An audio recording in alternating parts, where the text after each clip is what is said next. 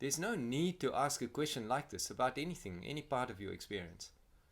There's no necessity that you inquire in this way toward any part of the experience. You might just say pleasure is pleasure, pain is pain, discomfort is discomfort, joy is joy. Don't quite know exactly what it is.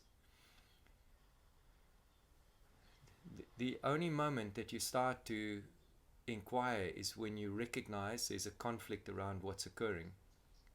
In other words, there's a separation.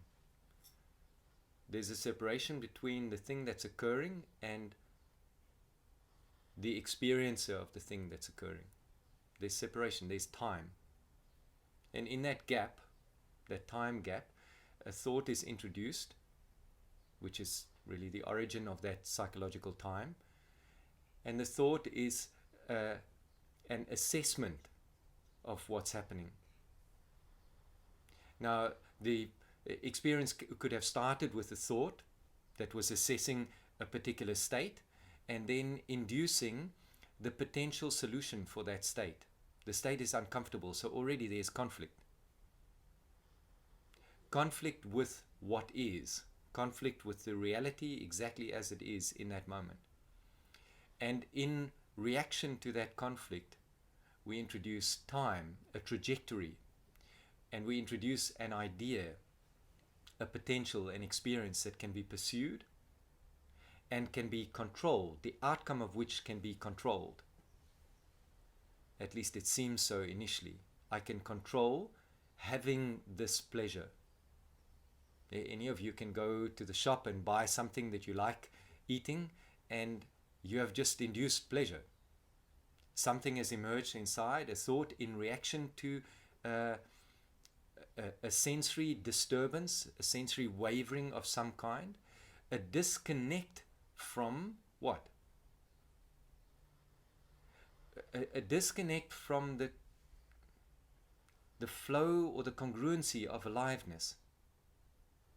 There's a momentary disconnect. There's a reflection upon it. There's an assessment of it rather than the experiencing of it, the being in it, being that is expressing through the body. And in that moment that there's separation, there's a need to fill this gap, this discomfort that's just been assessed as a discomfort. And then there's the pursuit, the trajectory, and the trajectory, that I keep saying, is time. Somewhere in the future, if something is achieved, this feeling, this state is going to be soothed, it's going to be calmed, it's going to be changed in some way. And I'm going to have control of that. I know how to do that. I can take charge of this. And every single time this I takes charge and accomplishes it in the moment,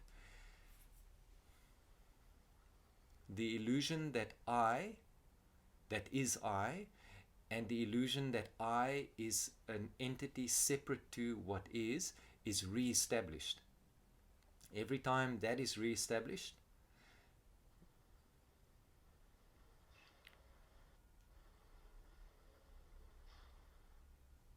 the gap between the observer and the observed is increased. Why is this important? You could say this is just theoretical nonsense. Why is it important?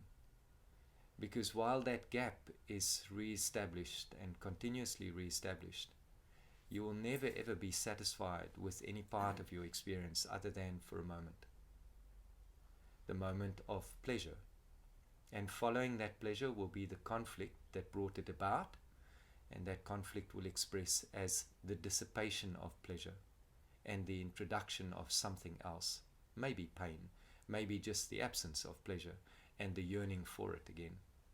And then the whole cycle will start again of pursuit of something that can ease or soothe another thing.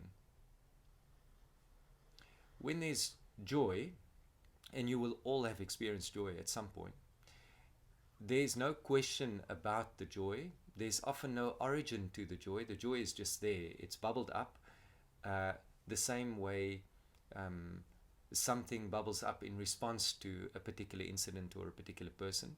joy just bubbles to the surface. It seems to be simply self-sustaining. There's no trajectory to it. And I don't know how long it's going to last. I just know that it's there. In this moment, it's there, fully expressed. The whole body is titillating with this joy. This joy is the absence of conflict. It's not really the presence of something else that has an opposite and that has a come down from that. It's simply the presence of something within which there is no conflict. It's the presence of existence without psychological time, existence without a space between the experiencer and what is being experienced.